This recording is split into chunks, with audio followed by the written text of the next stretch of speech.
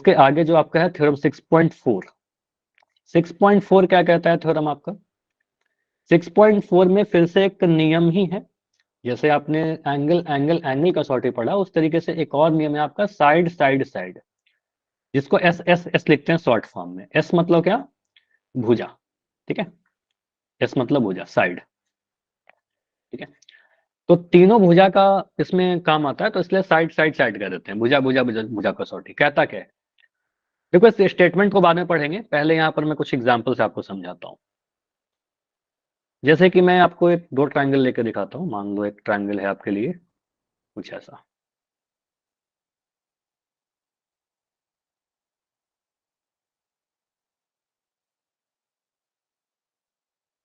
आपको दोनों का साइज सेम नहीं दिख रहा होगा, एक छोटा एक बड़ा है। एक का नाम दे दिया एबीसी और एक का नाम दे दिया पी क्यू आर, ठीक है। इसका वैल्यू मैं दे रहा हूँ 5, 8, 7, ठीक है। ये सारे मीटर में है या फिर सेंटीमीटर में, चलो लिख देते हैं मीटर मीटर मीटर। यहाँ लिख दिया 15 मीटर, यहाँ लिख दिया 24 मीटर, यहाँ लिख दिया 21 मीटर, ठीक है। कुछ इस तरीके से। अगर इसमें देखो, आपको जब पिछले बार पढ़ा था तो वहां पर हमें क्या दिख रहा था? संगत कोण बराबर। यहाँ पर कोण दिया ही गया नहीं, एक भी एंगल नहीं दिया गया। आप भुजा को देखिए, ठीक है। तो आप यहाँ पर आप क्या देखोगे? सर ए बी जो भुजा है, ठीक है, और पी क्यू भुजा जो है, इसका अगर अनुपात चेक करें, ए बी बटा पी क्यू कितना आएगा? ए बी बटा पी क्यू कितना आएगा? 1/3। 1/3। लेकिन सवाल है सर, आपने ए बी को पी क्यू से ही क्यों डिवाइड किया? क्या लेफ्ट वाले को लेफ्ट से डिवाइड करते हैं? नहीं, ये नहीं करते। तो हमें ये देखना है, सबसे छोटे वाले को सबसे छोटे से डिवाइड करिएगा, ठीक है। सबसे बड़े को सबसे बड़े से डिवाइड करिएगा, नियम यही है, ठीक है। तो आप क्या करिएगा, सबसे पहले मुझे दिखा सर, पहले वाले त्रिभुज में सबसे छोटा जो है 5 मीटर है, और यहाँ पर सबसे छोटा 15 मीटर है। तो 5 को 15 से डिवाइड करेंगे, 5/15 कितना आ गया सर? 1/3 आ गया, ओके। अब क्या कर रहे हैं, सब जो सबसे बड़ा वाला भुजा है उसको देखते हैं। सबसे बड़ा भुजा मुझे यहाँ पर 8 मीटर दिख रहा है, और यहाँ पर जो सबसे बड़ा भुजा है वो 24 मीटर दिख रहा है। तो मैं 8 को 24 से डिवाइड करके देखूंगा। तो 8 को 24 से डिवाइड करेंगे सर, आ जाएगा 1/3। ओके, ये भी ठीक है सर, 1/3 आ गया। उसके बाद मैं देख रहा हूँ जो मिडिल वाला भुजा है, ठीक है, जो ना ही सबसे बड़ा जो सबसे ना सबसे छोटा है, ठीक है, 7 मीटर। और यहाँ दिख रहा है ऐसा 21 मीटर, जो सबसे बड़ा भी नहीं है सबसे छोटा भी नहीं है, मिडिल वाला भुजा है। तो 7 को मैं 21 से डिवाइड करके चेक करूंगा। देखो, रैंडम नहीं चेक करना है कि इसको सबसे चेक कर करके देख रहे हैं, ठीक है, ऐसा नहीं करना है। सबसे बड़े को सबसे बड़े से, सबसे छोटे को सबसे छोटे से, मिडिल वाले को मिडिल वाले से।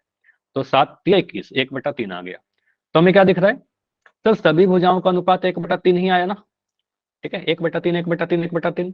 तो भुजाओं का अनुपात बराबर है, और किसी भी त्रिभुज में सभी संगत को भुजाओं का अनुपात अगर बराबर है तो संगत कोण भी बराबर हो जाते हैं, और संगत कोण बराबर हो जाएंगे तो दोनों त्रिभुज क्या हो जाएंगे? समरूप हो जाएंगे, ठीक है। अब सवाल उठता है कि सर नाम कैसे लिखें? समरूप तो हमने बोल दिया, कौन सा कसौटी लग रहा है? तीनों ही भुजा का अनुपात बराबर था, तो साइड साइड साइड कसौटी कहेंगे, ठीक है। नाम कैसे लिखें सर त्रिभुज का? तो नाम लिखने के लिए सीखिएगा, ये काफी इंपॉर्टेंट है। आपको नाम भुजाओं के बढ़ते क्रम में लिखना है, ऐसा कोई फिक्स नहीं है। देखो, ऐसा नहीं कि जो मैं बता रहा हूँ फिक्स है ऐसे ही लिखते हैं, ठीक है, लेकिन ऐसे करोगे तो फिर आसान हो जाएगा आपके लिए, ठीक है। तो बढ़ते क्रम में लिखिएगा, जैसे 5 7 8, ठीक है। तो मैं अगर इस तरीके से जाऊं, इस डायरेक्शन में जाऊं, 5 7 8, तो मुझे क्या दिख रहा है? ट्राइंगल का नाम एबीसी दिख रहा है क्या? ट्राइंगल एबीसी, बोलिए, ठीक। अगर मैं वही चीज दूसरी तरफ जाऊं, उधर भी बढ़ते क्रम में जाऊं, तो मुझे दिख रहा है 15 21 24, ऐसे जाएंगे। तो मुझे दिख रहा है 15 21 24 पी क्यू आर, तो बोलेंगे ट्राइंगल पी क्यू आर। ये दोनों त्रिभुज क्या हो जाएगा? समरूप हो जाएगा। इसके बाद भुजाओं का अनुपात बराबर लिख लेंगे। अगर मुझसे बोले कौन एंगल किसके बराबर है, तो मैं ऐसा लिख दूंगा, sir angle A B C के नीचे लिख दिए पी क्यू आर। ए जो होगा पी के बराबर, बी जो होगा वो क्यू के बराबर, सी जो होगा वो आर के बराबर। क्लियर? यहाँ तो मैंने कोई भी रेशियो चेंज नहीं किया, मतलब सीधे सीधे आपको फिगर बना कर दिया था सामने सामने, ठीक है। अभी थोड़ा रोटेट भी करेंगे, जैसे कि अब अगला क्वेश्चन जो कर रहे हैं हम लोग। ये स्टेटमेंट अब पढ़िए, समझ में आ जाएगा सारा चीज। जो भी समझा है वही चीज लिख रखा है।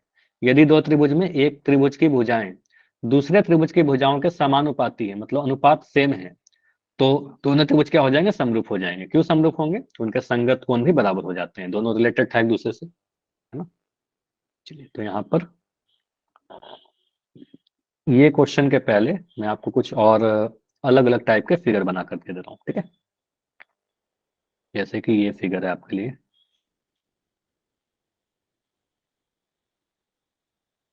इसका सॉर्टिंग में बेसिकली इंपॉर्टेंट क्या है? इंपॉर्टेंट है कि आप नाम सही से लिख पा रहे हो कि नहीं, ठीक है। अगर मैं लिख दूं ABC और यहाँ लिख दिया PQR, 4, 8, 6, 15, 10, 20, ठीक है।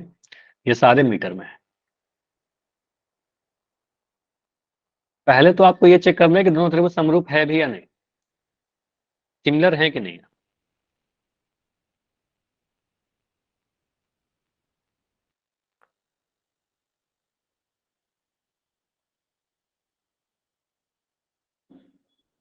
नहीं है,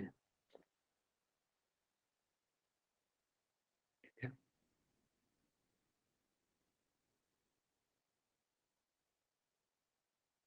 नहीं, ठीक है, मैं चेक करता हूं। मुझे पहले त्रिभुज का सबसे छोटा भुजा कौन सा दिख रहा है? 4 मीटर। ओके। दूसरे त्रिभुज का सबसे छोटा भुजा कौन सा है? बोलिए। दूसरे त्रिभुज का सबसे छोटा भुजा 10 मीटर। तो मैं 4 को 10 से भाग लगाऊंगा। तो 4 को 10 से भाग लगा बताइए कितना आएगा? 2 दूनी 4, 2 पंजे 10, ठीक है, 2/5 आ गया। ओके, इसको अभी होल्ड करिए।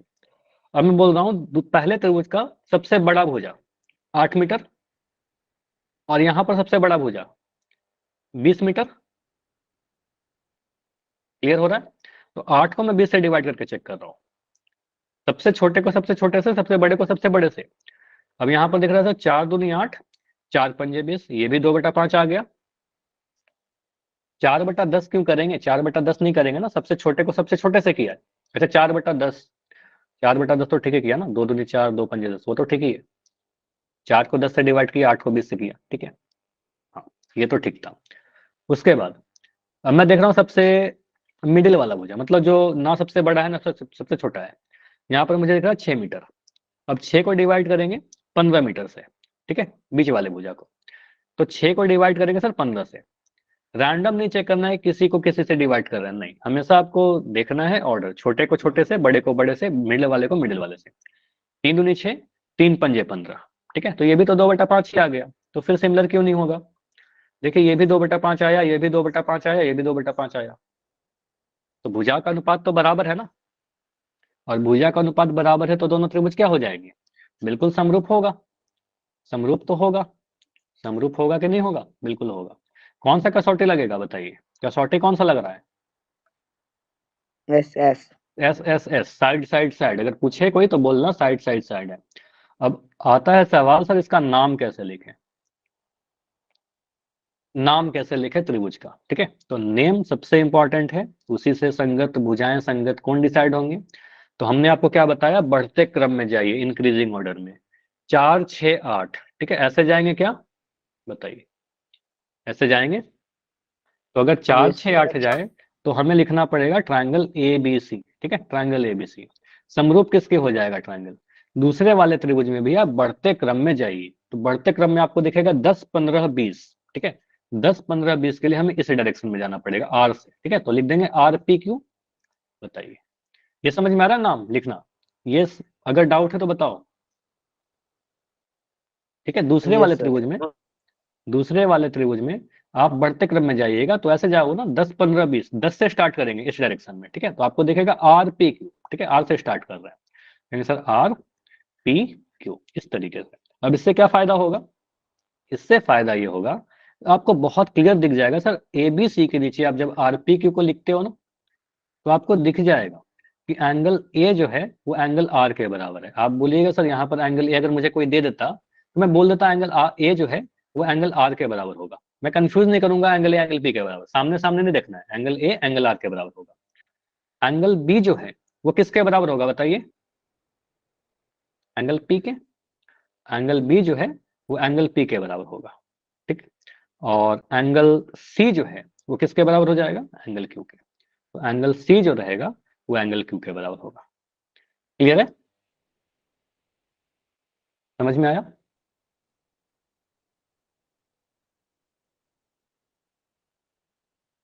तो हमेशा सामने सामने ये मत बोलना कि एंगल ए एंगल पी के बराबर है, एंगल बी एंगल क्यू के बराबर है, एंगल सी एंगल आर के बराबर है। नहीं, ऐसा जरूरी थोड़ी है, हो सकता है बराबर हो वैसे, लेकिन हमेशा नहीं। नाम को देखना है, ठीक है। इंपॉर्टेंट क्या है? नाम, ये इंपॉर्टेंट है, ठीक है, इंपॉर्टेंट है। चलिए, तो और मैं इस फिगर में देखकर बताइए। चलो, ऐसा क्वेश्चन भी आता है आपके लिए कि एंगल पी का मान बताइए, ये कौन कितने डिग्री का होगा?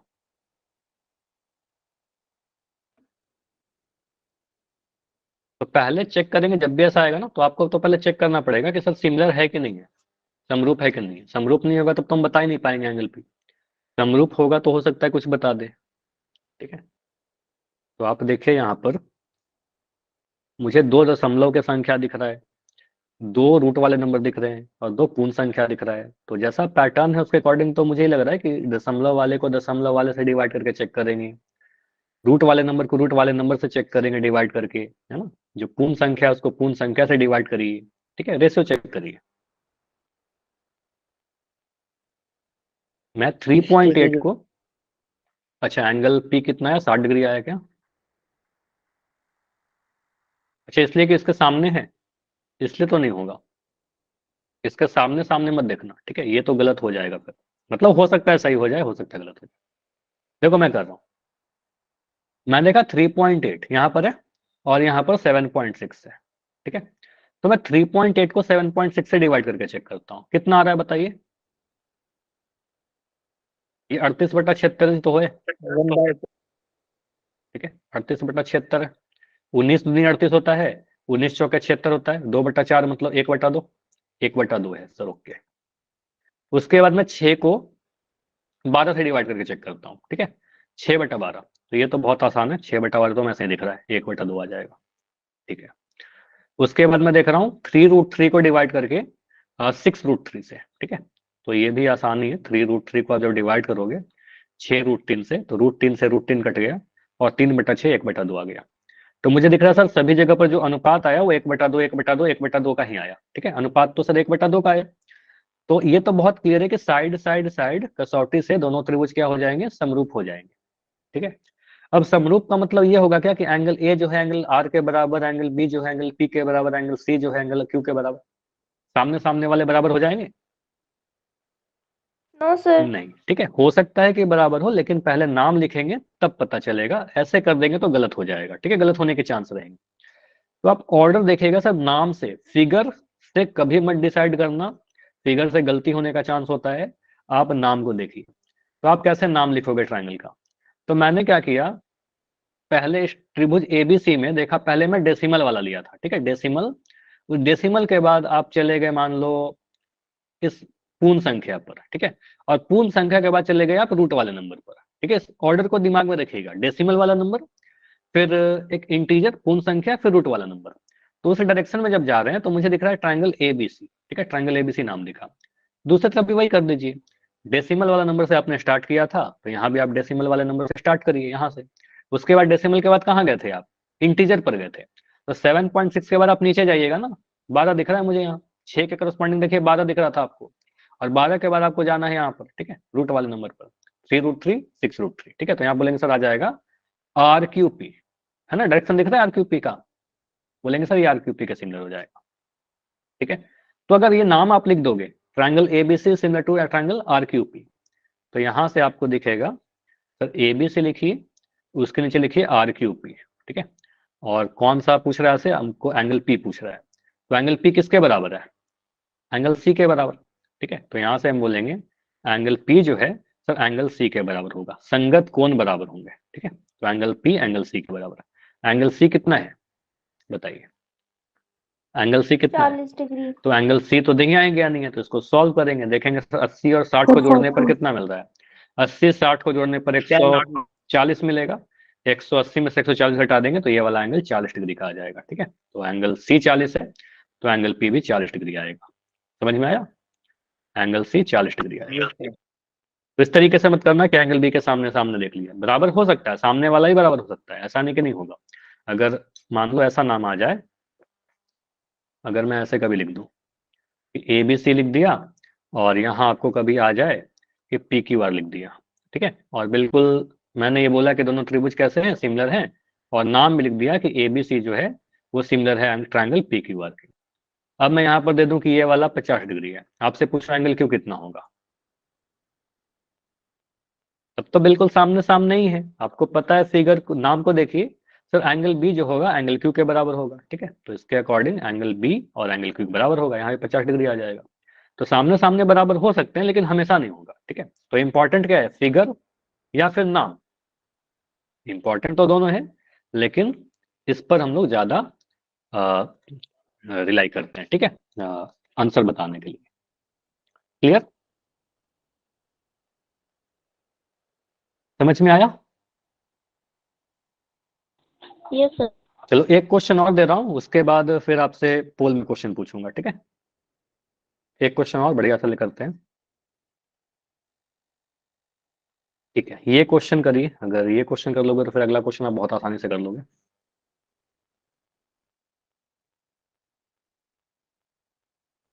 और ये काफी अच्छा क्वेश्चन है, एग्जाम में आपके आ सकता है। ए बी सी और यहाँ लिख दिया पी क्यू आर या एम एन टी लिख दिया, ठीक है। ये 12 सेंटीमीटर, 18 सेंटीमीटर और यहाँ 14 सेंटीमीटर। यहाँ पर दिख रखा है 21 सेंटीमीटर, 18 सेंटीमीटर, 27 सेंटीमीटर, ठीक है। ये वाला एंगल आपको दे दिया 70 डिग्री, ये वाला एंगल दे दिया आपको 30 डिग्री, ठीक है। और मुझे बताइए आप एंगल एम का वैल्यू।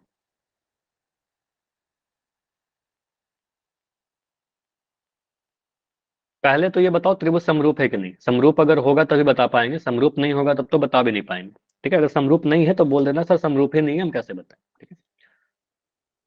अगर समरूप नहीं है तब तो हम नहीं कर पाएंगे, लेकिन समरूप है तो एंगल एम बता सकते हैं। या फिर आप तीनों ही बता दो ना, एंगल एम भी बता दो, एंगल एन भी बता दीजिए, एंगल टी भी बता दीजिए, सारे एंगल बताइए। एंगल एम कितना होगा, एंगल एन कितना होगा, एंगल टी कितना होगा।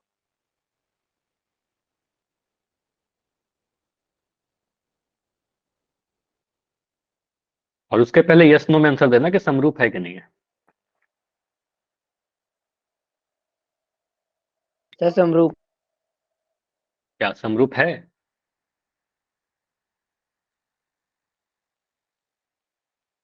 अच्छा, आंसर आ रहा है इसका मतलब समरूप है, अगर आप एंगल बता रहे हो इसका मतलब समरूप है, ठीक है। चलो तो यहां पर मैं चेक करता हूं कि समरूप है भी या नहीं।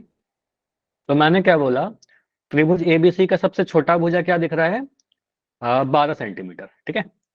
तो यहाँ पर सबसे छोटा भुजा क्या दिख रहा है, 18 सेंटीमीटर, है ना। तो 12 को 18 से डिवाइड करेंगे और 12/18 कितना आ जाएगा, 6×2 12, 6×3 18, 2/3, ठीक है। अब मैं यहाँ पर सबसे बड़ा भुजा ले रहा हूँ 18 सेंटीमीटर, और यहाँ पर सबसे बड़ा भुजा ले रहा हूँ 27 सेंटीमीटर। तो 18 को 27 से डिवाइड करके चेक करते हैं। तो याद है आपका 9×2 18, 9×3 27, ये भी 2/3 आ गया, ठीक है। उसके बाद मैं यहाँ पर ले रहा हूँ 14 सेंटीमीटर, मिडिल वाला, और यहाँ मिडिल वाला क्या है आपका 21 है, ठीक है। तो दो बटा, अच्छा यहाँ पर क्या आपने लिया 14/21 ना, 14/21, तो 7×2 14, 7×21, तो 2/3 तो आ रहा सभी में, सभी भुजाओं का अनुपात सेम है। तो साइड साइड साइड से दोनों त्रिभुज क्या हो गया, समरूप हो गया, है ना। अब नाम कैसे लिखे, सर नाम बढ़ते क्रम में लिखते हैं, ठीक है। तो नाम बढ़ते क्रम में लिख दीजिए।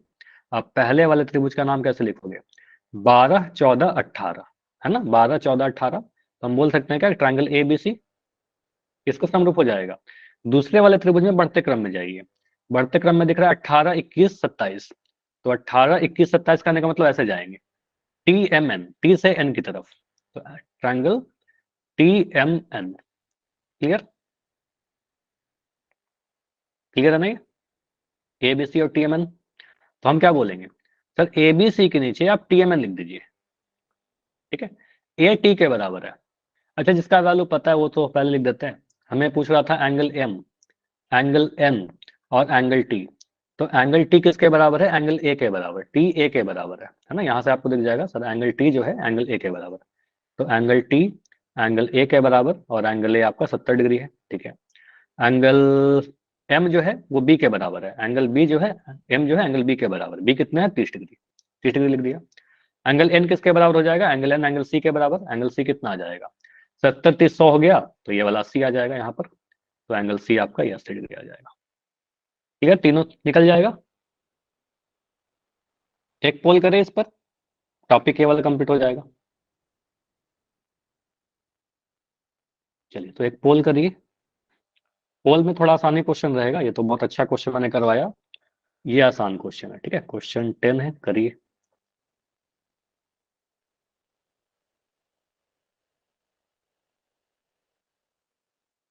और रिवीजन करिएगा ये सारी चीजों का, ठीक है, काफी इंपॉर्टेंट है, आपके एग्जाम में क्वेश्चन यहाँ से आएंगे। एक तो पूछ लेता है कौन सा कसौटी है, या फिर आपसे कुछ कोण निकालने के लिए बोलता है ना। तो इस आकृति में बोल रहा है एंगल आर का वैल्यू बताइए, ठीक है। देखिए पहले देखो कि समरूप है कि नहीं है, और अगर समरूप है तो त्रिभुज एबीसी का नाम त्रिभुज आरपी के लिए हम किस तरीके से लिखेंगे, और एंगल आर इन तीनों में से किसके बराबर होगा, ए के बराबर, बी के बराबर, चाहे सी के बराबर, इनमें से कुछ होगा, ठीक है।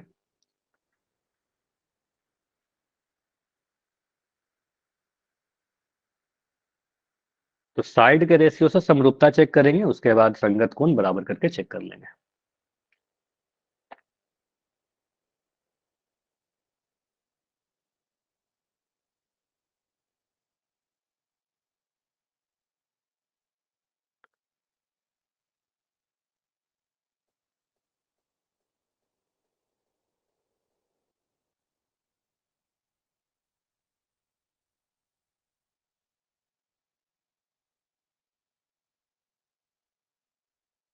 ठीक है, अभी 12 आंसर आए हैं, 12 में 9 आंसर सही है, बढ़िया।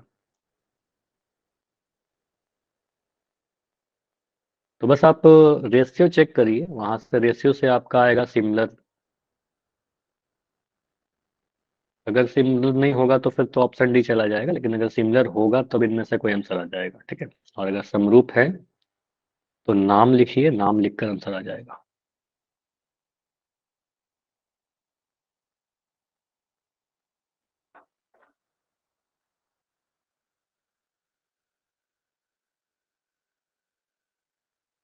तीस सेकंड और रुकेंगे, 24 बच्चों ने कर दिया, बहुत बढ़िया।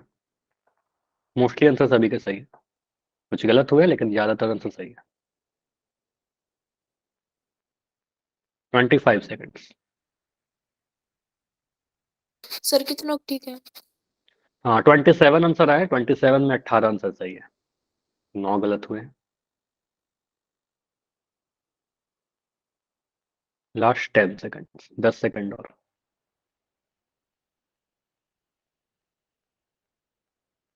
5 4 3 2 1।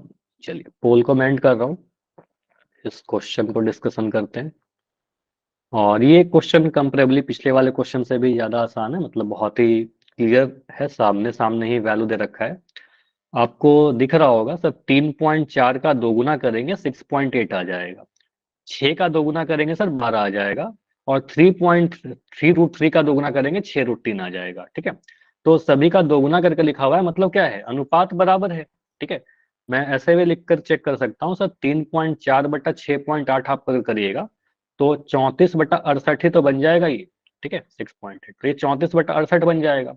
और आप इसको किससे डिवाइड करोगे, 17 से, 17 दूनी 64, एक सेकंड, 17 दूनी 34, 17 चौके 68, ठीक है। तो इसके बच जाएगा 1/2, ठीक है।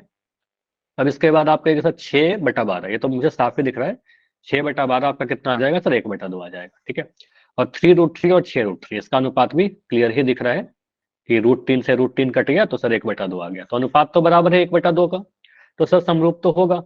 अब नाम कैसे लिखें, तो नाम भी बहुत ही इसमें आसान ही है, ट्राइंगल एबीसी अगर आपने लिखा तो एबीसी कैसे गए हैं, इस डायरेक्शन में गए हैं, पॉइंट वाला नंबर, फिर इंटीजर वाला नंबर, फिर रूट वाला नंबर। तो यहाँ भी पॉइंट वाला नंबर, इंटीजर वाला नंबर, रूट वाला नंबर, वही डायरेक्शन दिख रहा है मुझे इस डायरेक्शन में भी, ठीक है। तो लग देंगे आरपी क्यू, तो सिमिलर हो जाएगा ट्राइंगल आरपी क्यू के। तो मुझे दिख रहा है कि ये लिखिए A B C R P Q, ठीक है, एक इसके बराबर आर के बराबर, आपसे आर पूछा था ना, आर जो होगा ए के बराबर हो जाएगा, तो साफ ही दिख रहा है 80 डिग्री यहाँ पर आ जाएगा, ठीक है, ऑप्शन नंबर है ना। इसमें हमें कौन से निकालने की नीड ही नहीं है। अगर हमसे बोलता ना कि आप एंगल क्यू बताइए, तो एंगल क्यू जो होगा वो एंगल सी के बराबर होगा, ठीक है, एंगल क्यू एंगल सी के बराबर होगा, तब निकालते कौन सी। समझ में आया। तो हो सकता है इस टाइप के कोई क्वेश्चन पूछे, तो प्रैक्टिस करिएगा। इतना ही रखते हैं आज के क्लास में, कोई डाउट है तो बताइए। अगले क्लास में हम लोग थ्योरम नंबर 6.5 पढ़ेंगे। 6.5 में क्या करना है आपका, साइड एंगल साइड, ठीक है, एक थ्योरम और है आपका, 6.5 तक ही पढ़ना है आपको, उसके बाद प्रूफ वाले क्वेश्चन है, ठीक है। कोई डाउट है तो बताइए, अदरवाइज इतने ही पर एंड करते हैं क्लास।